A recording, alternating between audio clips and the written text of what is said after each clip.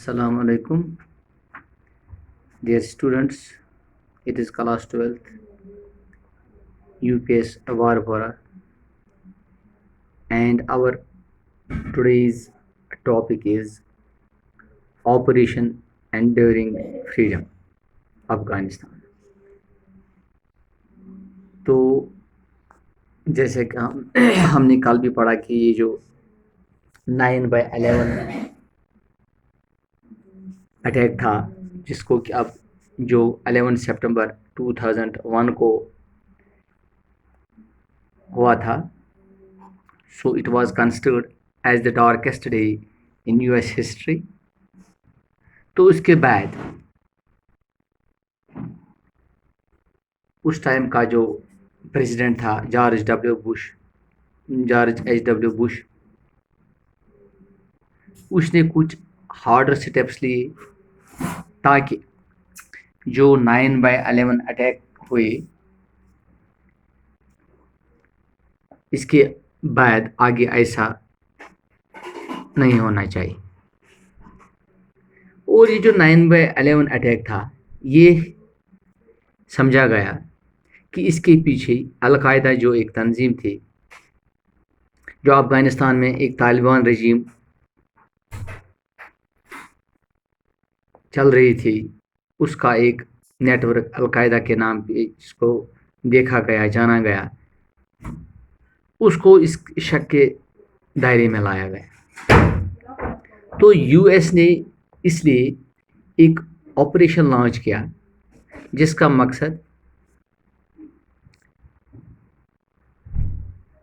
Freedom, ایک طرح سے فریڈم تھا ان چیزوں سے، القاعدہ سے یا طالبان سے. تو US نے اسی انداز میں، اسی روح سے ایک آپریشن چلانے کی کوشش کی. تو جو اس ٹائم US پریزیڈنٹ تھا بش، اس نے کلیئرلی ڈکلیئر کر دیا کہ ایک طرح سے یہ ایک گلوبل وار ہے جس کا آبجیکٹیو اگینسٹ ٹیررزم تھا، اور مقصد اس کا یہ تھا کہ صرف القاعدہ کا جو نیٹ ورک ہے اس کو تباہ کرنا ہی نہیں ورلڈ وائڈ میں، بلکہ it was also thought to prevent all danger from terrorists teaming with small groups of nations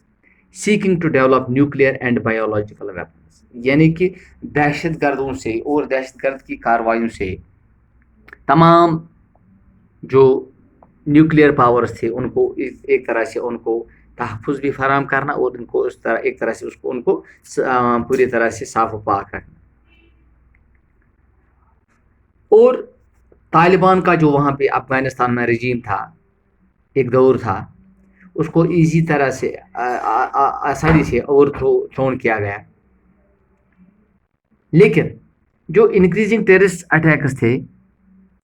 against western countries, انہوں نے یہ ثابت کر دیا کہ طالبان اور القاعدہ کی کاروائیاں ختم نہیں ہوئی، بلکہ وہ اب بھی جاری ہے. اور جو ریڈیکل اسلامزم، جس کو کہ ملا عمر اور اسامہ بن لادن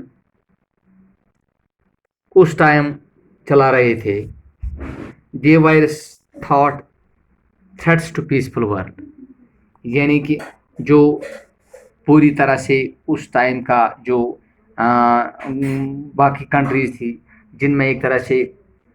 امن امان کا دور چل رہا تھا، اور ان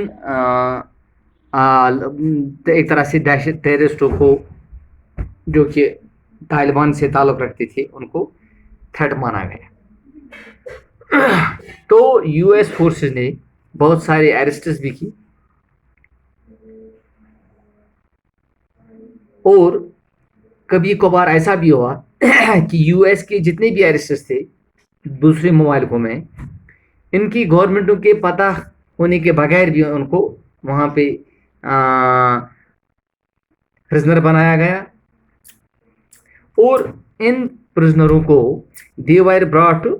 گوانٹانامو بے،